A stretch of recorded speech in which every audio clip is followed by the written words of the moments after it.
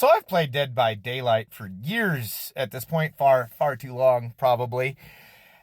And I've watched the entitlement and hypocrisy of the community grow as more people have come into it. And this has never been shown more than the current locker bug going on in Dead by Daylight.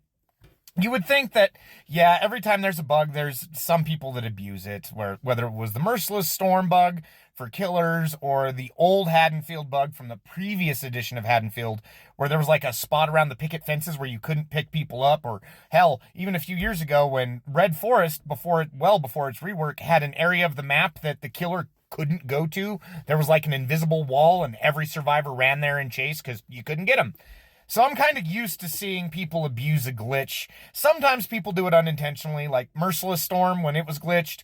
A lot of killers were just using it because it was part of their builds, didn't know it was glitched. Like me, I used it for a couple days before I even knew that the glitch was going on because I wasn't following what was going on social media at the time.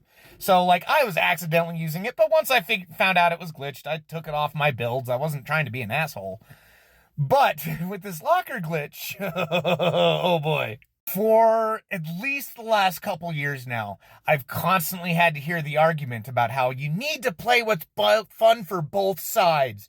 You need to not tunnel. You need to not camp. You need to, hook somebody and go to the other side. You need to hook everybody one by one. All these different rules people have made for both Survivor and Killer. Like, oh, you can't use no-ed, or, oh, if you use this perk, you're a noob, or if you use this killer, you're a noob.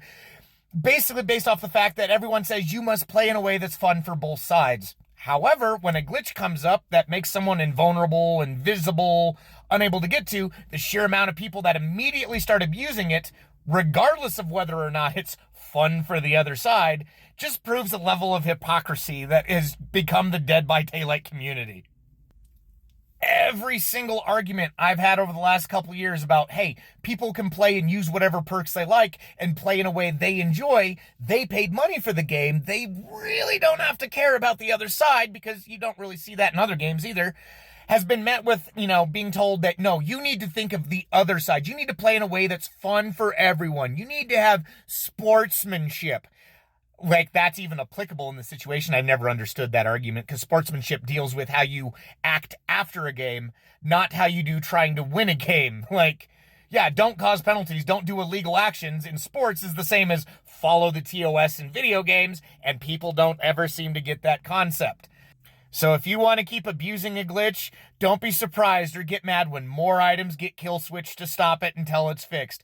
Don't be mad when the other side decides to play in a way you don't like. You made the choice not to follow your own preachings, kind of like most preachers, and now you're going to have to deal with the consequence. If there's a rise in slugging and tunneling and camping because of that, because people just got tired of it, you caused it on yourselves and no one gets to complain anymore.